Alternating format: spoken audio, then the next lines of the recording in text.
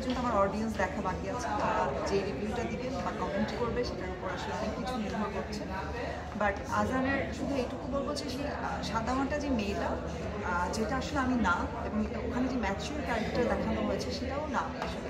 But আমি চেষ্টা করেছি সর্বোচ্চটা সেখানে অ্যাক্টিংটা করার, বলবো না, আমি গল্পটা আসলে নিজের ভিতরে উপলব্ধি করার চেষ্টা করছি। এবং ওখানকার সব থেকে যেই কঠিন জার্নি আমার জন্য ছিল, আমি বারবার ভাবছিলাম, আপনি বলছিলেন যে ওটা অনেক আবেগপ্রবণ অনেকগুলো সিন ছিল, তো ওই জায়গাগুলোতে আমি শুটিংয়ে ভাবছিলাম এতবার কাটবো কীভাবে, কাটতে গেলে তো আমার অনেক গ্লিসার ইউজ করতে হবে মেবি, কারণ আমি আসলে এখনও এত ভালো অ্যাক্টিং করি না, আমি শিখছি। তো আমি না সব থেকে অবাক হবেন যে আমি আমার কোনো একটা সিনে কোনো গ্লিসার ইউজ করা হয়, প্রত্যেকটা সিনে আমি না একটু কাটতেছিলাম, কারণ ক্যারেক্টারটাতে ছিলাম। সেইটা অনেক বড় একটা এক্সপিরিয়েন্স, ভালো এক্সপিরিয়েন্স। এরকম কি হয়েছে যে সিকোয়েন্স মানে শর্ট টেক বাট আপনার কান্না অবরত চলছে?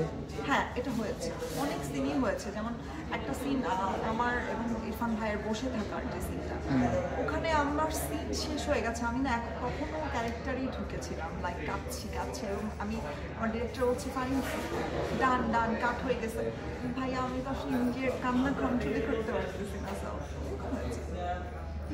এই সবসময় কাজে ব্যস্ততা থাকার সাথে কখন বন্ধু বান্ধব আত্মীয় স্বজনদের সাথে যোগাযোগ করাটা রক্ষা করা যায়?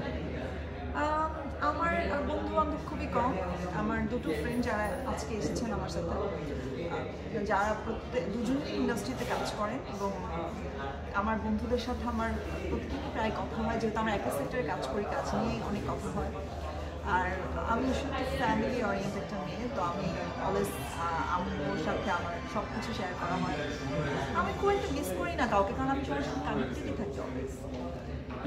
ঈদের তো পরিকল্পনা বললেন, ঘুরবেন, খাবেন দাবেন, হ্যাঁ ডায়েট ভুলে যাবেন, কিন্তু সিনেমা তো আসছে বেশ জমজমাট, 6টার মতো সিনেমা দেখবেন কিনা বলেন?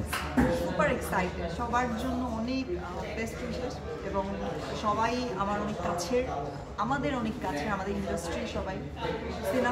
সিনেমার জয় হোক। আসলে আমি যেহেতু সিনেমার মেয়ে, শুধু এর জন্য বলছি না, আমাদের বাংলাদেশের সিনেমার কাজ প্রতি বছর ঈদেই যেন, শুধু ঈদে না প্রত্যেক মান্থেই যেন এরকম অনেক কাজ হয়, সেটাই দোয়া করি।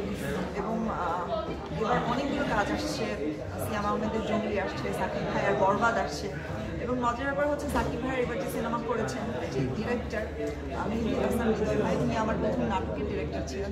সো আমি খুব এক্সাইটেড কাজটা দেখার জন্য, এবং সাকিব ভাইয়ের আমি ফ্যান, অবশ্যই দেখবো। নিশু ভাইয়ের অনেক বড় ফ্যান আমি, নিশু ভাইয়ের ফার্স্ট সিনেমাটাও দেখেছি, এবারও দেখবো, দাগির জন্য অনেক অল দ্য বেস্ট। সো দেখবো, যে কটা আসছে সবগুলো দেখবো। মজা হচ্ছে এই বছর মনে হয় অনেক বছর পর একটা বাঘা সিনেমা আসছে, right? Director, artist, super excited. সর্বশেষ ঈদের শুভেচ্ছা। ঈদের শুভেচ্ছা দর্শকদের জন্য বলবো যে আমার দর্শকরা হচ্ছে আমার সব, তারাই আমাকে আসলে আজকে ওই সাভারের ছোট্ট মেয়েটা পারি আজকে এই ইন্ডাস্ট্রিতে কাজ করছে, এবং এতটুকু জায়গাও যদি আমি বিলং করি সেটা আসলে তাদের জন্য। সো আমার অডিয়েন্সকে আমি সবসময় অনেক ভালোবাসি, তারা অনেক ভালো থাকুক, সুস্থ থাকুক, ঈদ তাদের অনেক ভালো কাটুক, এবং আমার কাজ দেখুক তারা, ঈদে জানা কেমন হয়েছে।